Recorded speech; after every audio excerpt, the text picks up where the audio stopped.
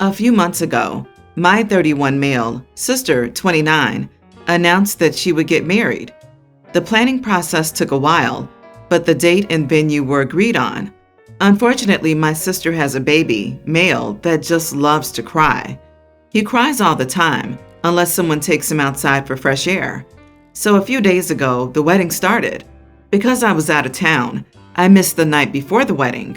Basically a get-together period for family members and a big party, but showed up for the ceremony and reception. The second I got there, my sister asked me to take the baby outside to calm him down. I agreed because the ceremony hadn't started yet, but she asked me to take the baby outside again a while later. When I asked why the baby didn't have a sitter, she said they spent all the money on the ceremony and parties.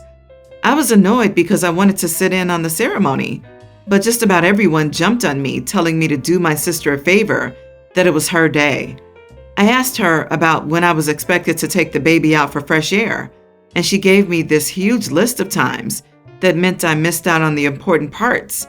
I wouldn't be there for the exchanging of vows, the reception, the aisle walk, the readings, the kiss, etc. I figured out that in total, I would have about 30 minutes sitting inside, and the rest was just about the baby. When I pointed this out to her, she said someone would videotape it, but I wasn't convinced. I wanted to watch my sister reach a milestone, which I came for. I told her that someone else could watch the baby for her, and that as her brother, I wanted to watch the wedding and not have to miss her getting married. But again, she told me to just do it. I was really mad, but tried not to show it on the outside. When I asked about the reception, she told me, "Oh, you'll have to miss out. Baby's name needs to be outside and has to be fed." That was the final straw. And when my mother was holding the baby, I slipped out and just left. The next day, I got a call from my sister, and she's screaming about how I ruined her wedding and how the baby wouldn't stop crying. I told her that I left because she treated me like a babysitter instead of a guest or a family member, and said it was her fault if she couldn't get a nanny or ask a friend to do it. Since then, I've been nuked with calls from my family calling me selfish and telling me that I'm effectively disowned unless I apologize. I see no reason to. Am I the idiot? Not the idiot.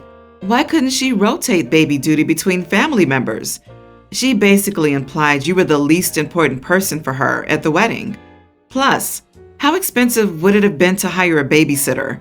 Or your parents could have chipped in and gotten one.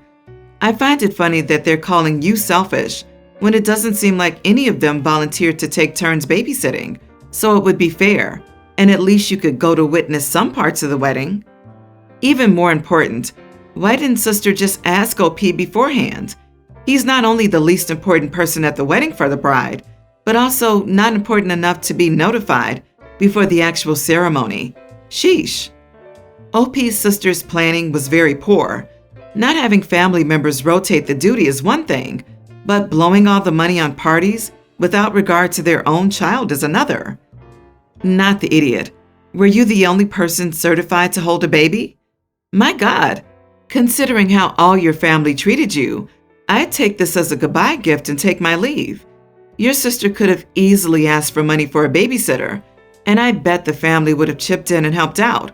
But they decided you were better off babysitting and missing the whole wedding because, screw you. If anything, you should be the one to demand an apology, not the other way around. You were a guest and family, and they manipulated you to be a babysitter. Double down and become the idiot of the year by sending her a bill for your time spent providing childcare, including transportation charges. Bet it's a rounding error compared to the money spent on the ceremony and parties that miraculously ran her bank account down to exactly zero, making hiring a sitter impossible. So when I, 35 male, was 22, I got married to Kristen. We had our son Skylar, tween, about a year into our marriage. Things were going pretty well, I felt. I was working, Kristen was staying home with Skylar. Things were tight, but I could buy us a home and provide a decent life. I was just getting started in IT, so the money was coming. We just had to be patient. Well, I came home one day, and half the stuff is gone. So are Skylar and Kristen. Note on the counter. Kristen said that she was unhappy with our lifestyle, that she wanted something that wasn't mediocre and wanted to live a good life. She had been seeing someone else and was moving in with him, and I needed to get a lawyer. So we go through a nasty divorce and get split custody. So I remarried a few years later to my current wife, Alana. She's amazing and the most supportive person ever. We have one daughter together. I started my own IT consulting business about 5 years ago, and it's taken off, giving me, my wife, Skylar, and Gwen a nice life. My ex has had a string of boyfriends and hasn't remarried. We don't talk at all besides details about Skylar. So I got a call a week ago from Kristen. She was asking for a place to stay for a little bit. Her boyfriend was kicking her out, and she didn't have anywhere else to go. She wasn't going to be able to afford a safe place for her and Skylar. She asked if she could live in our guest house until she could find a place to live. I basically told her no, that she didn't deserve my charity after walking out on me a decade ago. As a mother, she needs to clean her crap up and provide for him, and that if she wasn't going to be able to afford a safe place to live, then I wanted to revisit the custody agreement because I don't want Skylar to move into some sketchy apartment or with some sketchy guy. But I told her I'd ask my wife and get back to her. My wife hates Kristen, but said she doesn't want Skylar resenting us if something happens to his mom. But she really doesn't want my ex to live here either and would prefer to revisit the custody agreement to give Skylar more stability. So we thought this was our chance to push for sole custody. My mom wants me to consider the message this sends to our son. My dad told me to remember the note on my counter 10 years ago and to think about what is best for my son in the long run. Am I the idiot? Edit. My ex-wife treats him well. Skylar loves his mom.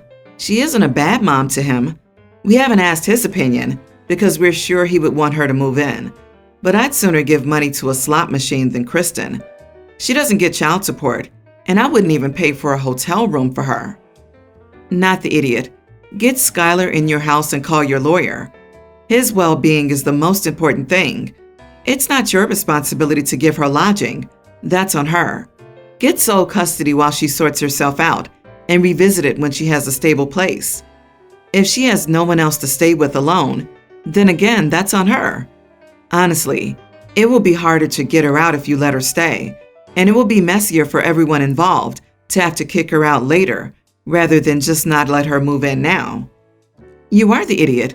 You don't have to kick Kristen to the curb by pushing for sole custody completely. You can help her in another way. The thing here is to do what's best for your son in the long run and for his mother to be secure. My suggestion is that you offer to take your son full-time for maybe 6 months or so.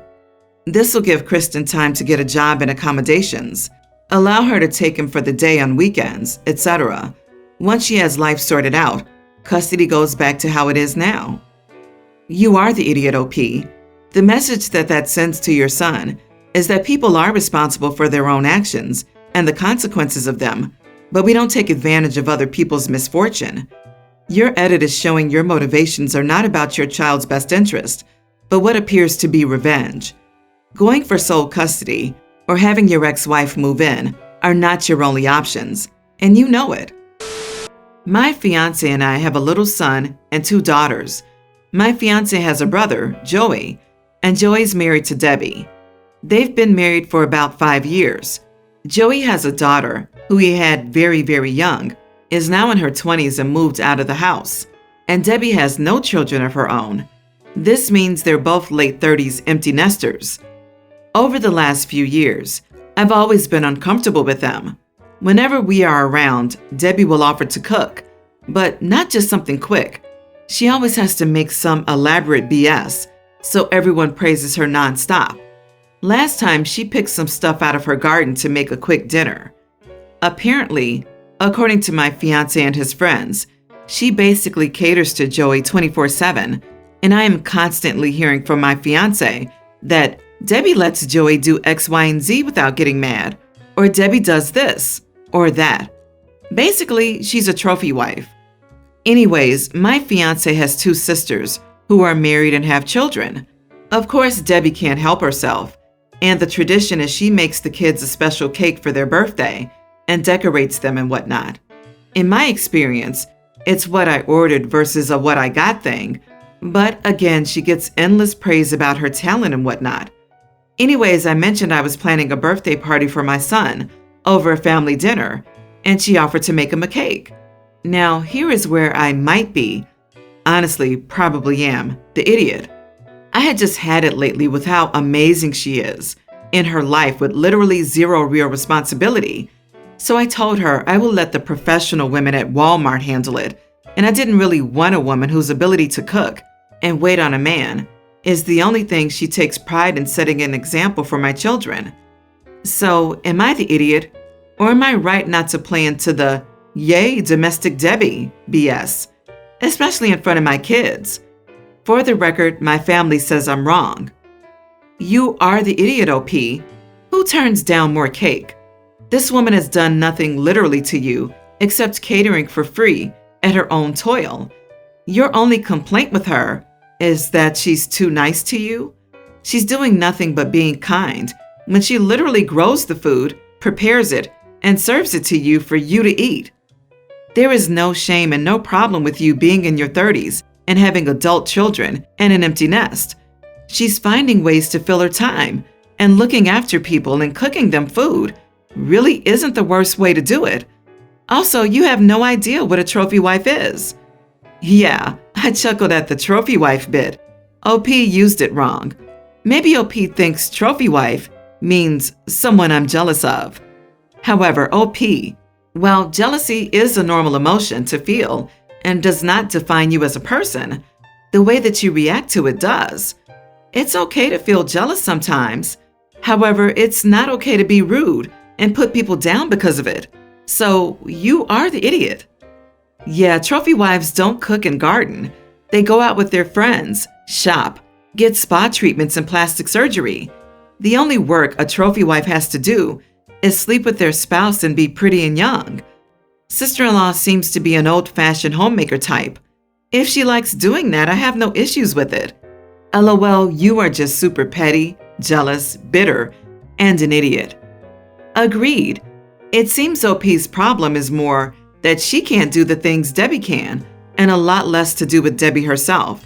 And even if her best skills are domestic, there's no shame in that. People put their time and energy where it makes them happy. Debbie not having kids does not make her less. Debbie being good at cooking and baking does not make her less.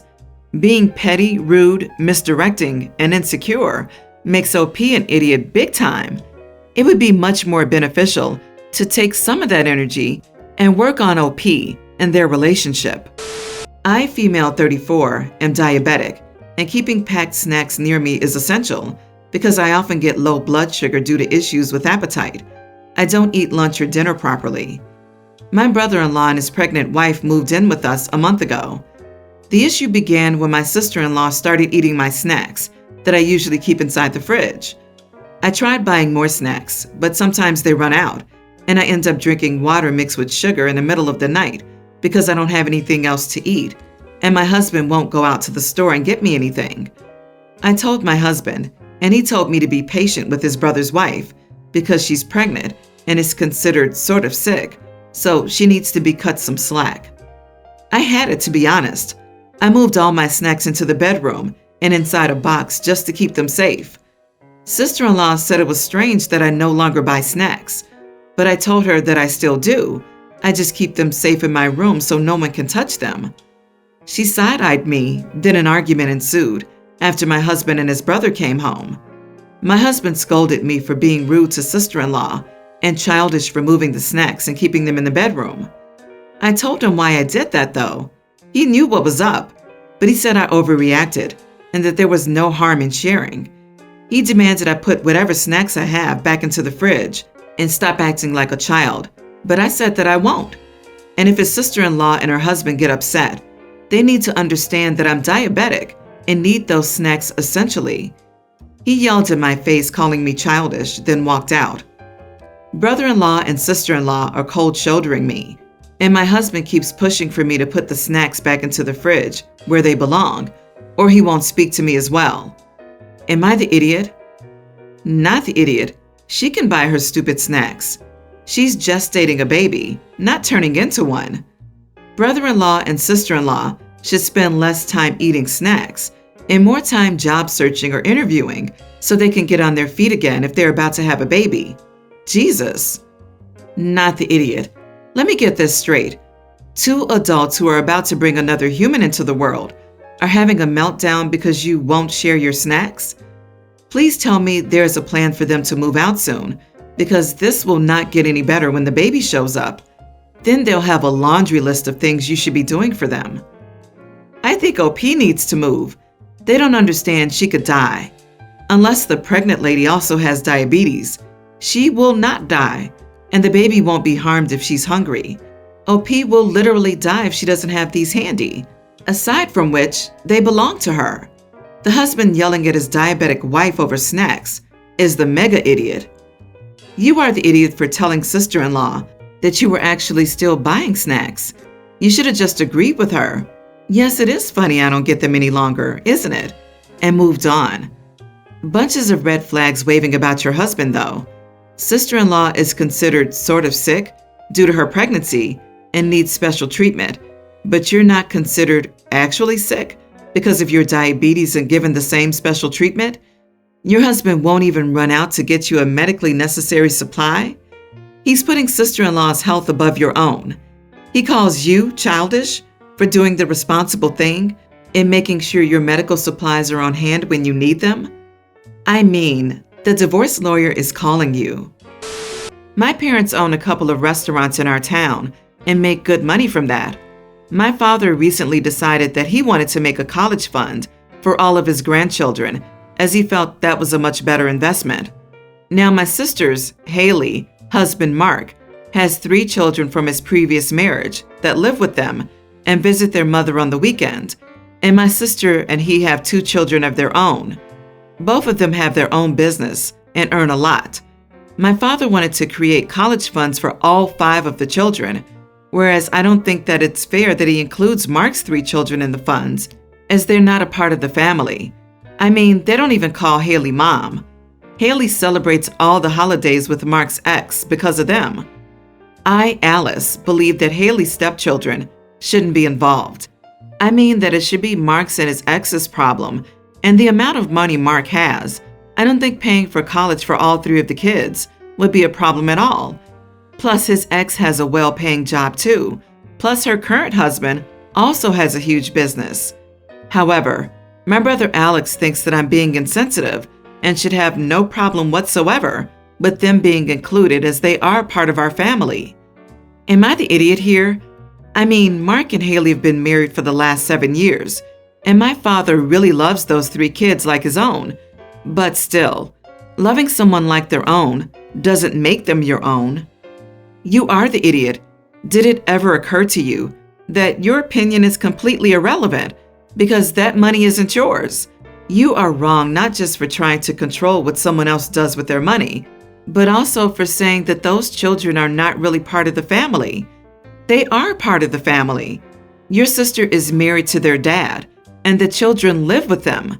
You shouldn't be trying to make children feel like they don't belong. Something tells me OP only cares because she's watching her inheritance shrink. Either way, you are the idiot.